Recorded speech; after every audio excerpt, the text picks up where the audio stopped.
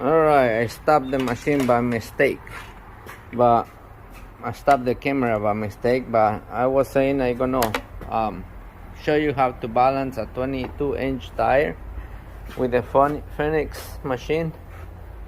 You have this piece over here, you put it against the rim, that will give you the size. Automatic, put it back, get the caliper, you put it inside of the rim and outside the rim, not on the tire, and that's gonna give us the reading, which is 10 inches.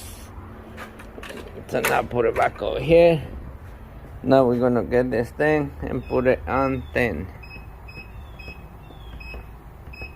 Okay, now we're gonna choose aluminum right there, because I'm gonna use sticky weights. So now we're gonna